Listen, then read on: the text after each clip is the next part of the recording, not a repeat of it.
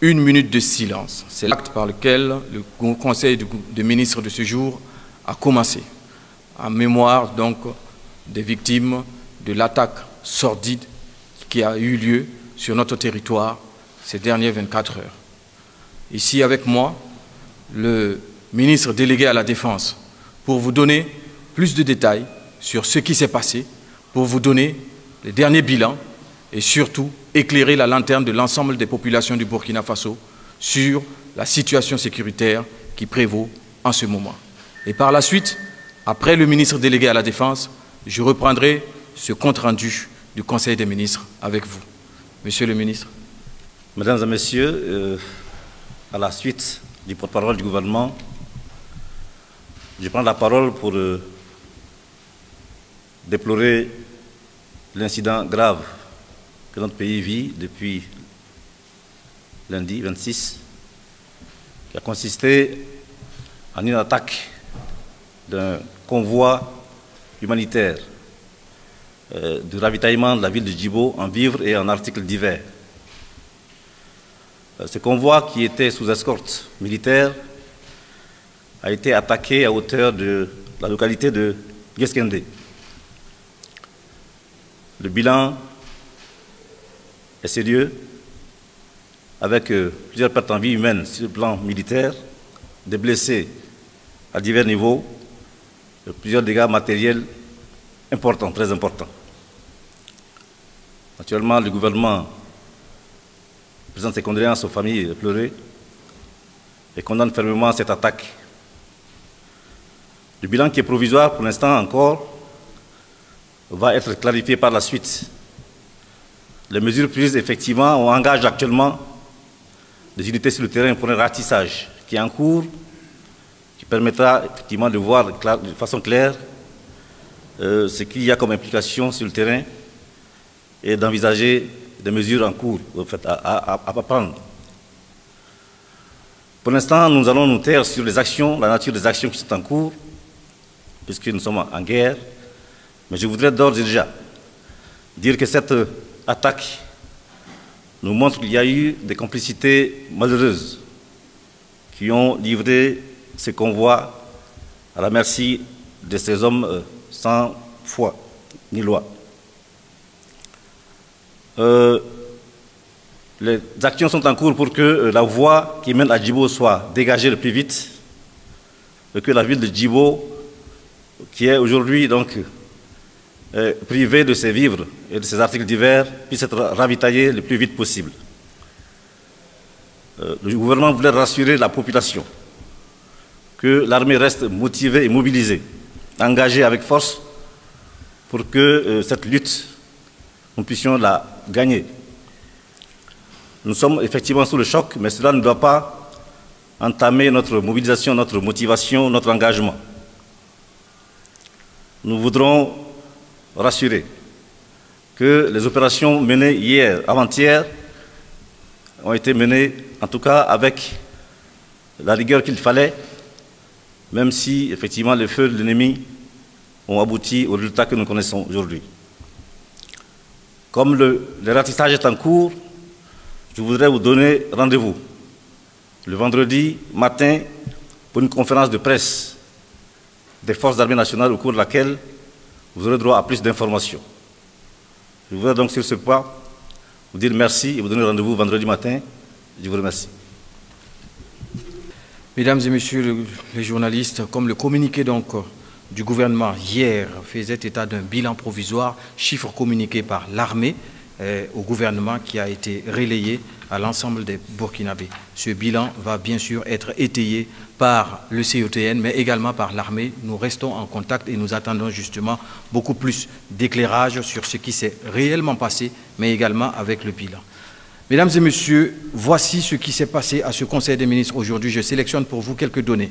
Au titre du ministère des Affaires étrangères, de la coopération régionale et des Burkinabés de l'extérieur, le Conseil a adopté 2 rapports. Le premier rapport est relatif à une demande d'agrément pour la nomination d'un ambassadeur extraordinaire et plénipotentiaire d'Australie auprès du Burkina Faso avec résidence à Accra en République du Ghana.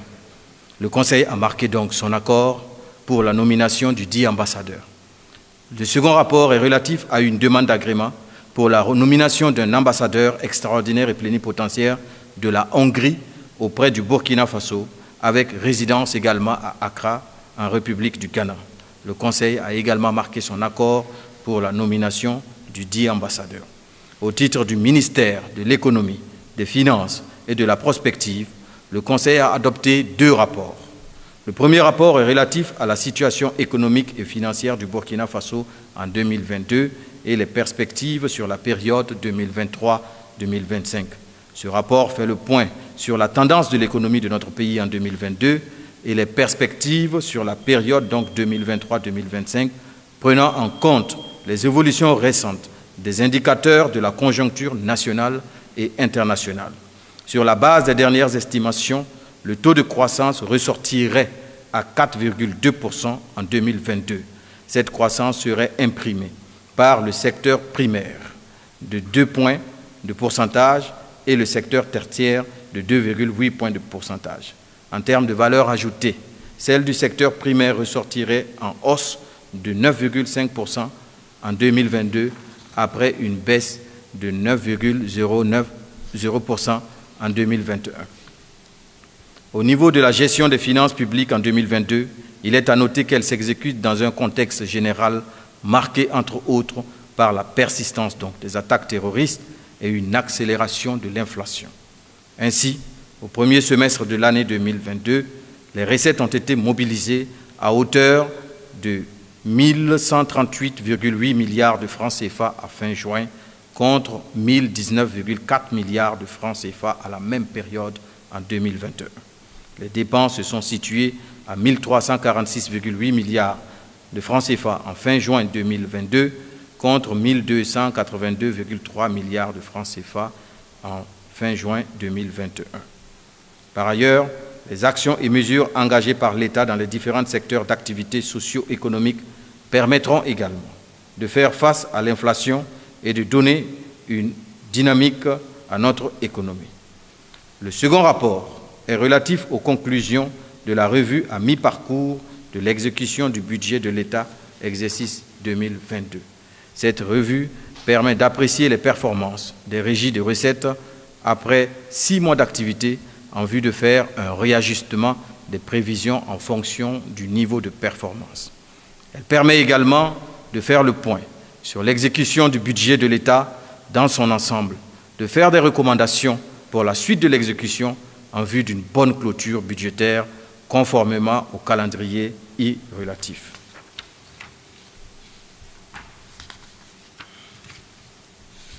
Mesdames et messieurs, au niveau des communications orales, j'en ai sélectionné également quelques-uns. Le ministre d'État, ministre auprès du président du Faso, chargé de la cohésion sociale et de la réconciliation nationale, a fait au Conseil une communication relative à la prise en main des dossiers de l'ex-Haut Conseil pour la réconciliation et l'unité nationale, HCROUN. Suite à la cession d'activité du HCROUN, les fonds documentaires comprenant l'ensemble des dossiers en instance ont été reversés le 22 juillet 2022 au ministère en charge de la cohésion sociale et de la réconciliation nationale pour suite de traitement.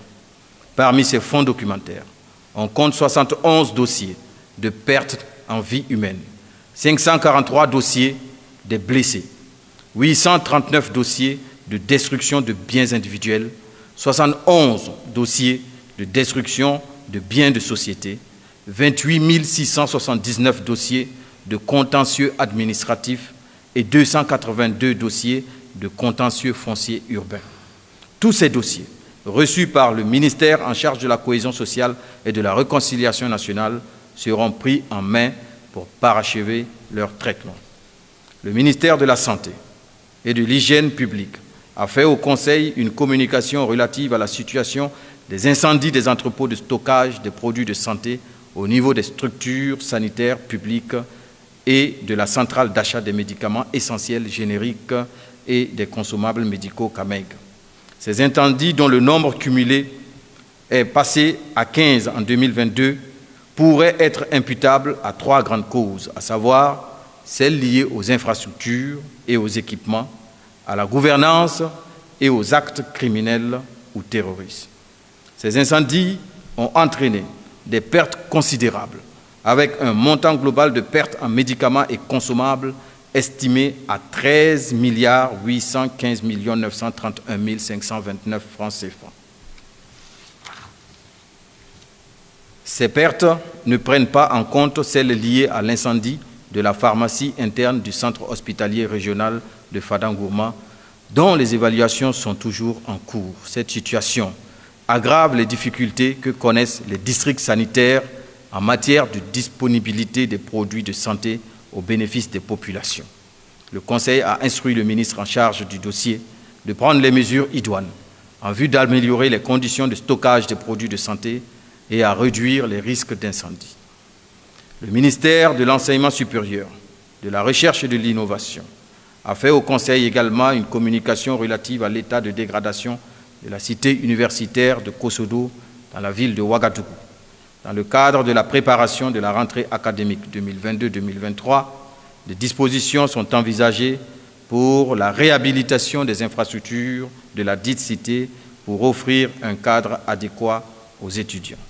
Le Conseil a instruit le ministre en charge donc du dossier de prendre des dispositions idoines pour la réhabilitation de ces infrastructures dans les meilleurs délais.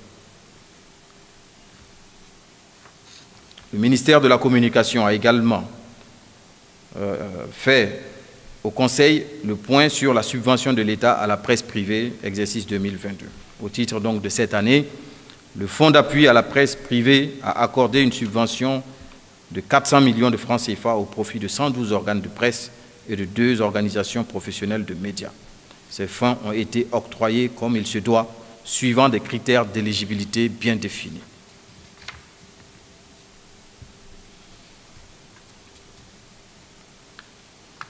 Le ministère donc du développement industriel, du commerce et de l'artisanat et des petites et moyennes entreprises a fait également au Conseil de communication. La première communication est relative à l'organisation donc du symposium national sur le commerce au Burkina Faso. Prévu pour se tenir le 6 octobre 2022 à Ouagadougou, ce symposium national sur le commerce vise à favoriser le dialogue entre les secteurs publics et privés en vue de dégager des réformes et des actions d'appui à même d'accroître significativement les performances du secteur du commerce au Burkina Faso. Ce symposium national est placé sous le haut patronage de son Excellence, Monsieur le Premier ministre, avec pour thème « Commerce et transformation des produits locaux, quelle dynamique pour une croissance inclusive ». La seconde communication est relative à la 7e édition du Forum international de développement des entreprises dénommé Africalia 2022. L'objectif de ce forum, Africalia, est de développer les courants d'affaires entre les entreprises de l'Afrique de l'Ouest et avec celles du reste du monde. Ce forum se tiendra du 19 au 21 octobre 2022 à Ouagadougou et portera sur les principaux projets restructurants dans l'espace de l'Union économique et monétaire ouest-africaine et les financements internationaux des projets privés. Le forum est placé sous le très haut patronage de son Excellence, Monsieur le Président du Faso. Mesdames et Messieurs, voici sélectionné pour vous quelques ébauches de ce qui s'est passé au Conseil des ministres. Le compte-rendu officiel et exhaustif vous sera offert par le SIG dans les heures qui suivent. En attendant, le ministre délégué à la Défense donne rendez-vous à l'ensemble de la presse le vendredi pour donner donc des détails sur ce qui s'est passé, mais également un point global sur la situation sécuritaire au Burkina Faso. Ça sera certainement l'occasion d'aller dans le détail avec les questions que vous avez, je le sais, pour l'armée burkinabé. En attendant, je vous souhaite de passer un très bon après-midi et que Dieu bénisse le Burkina Faso.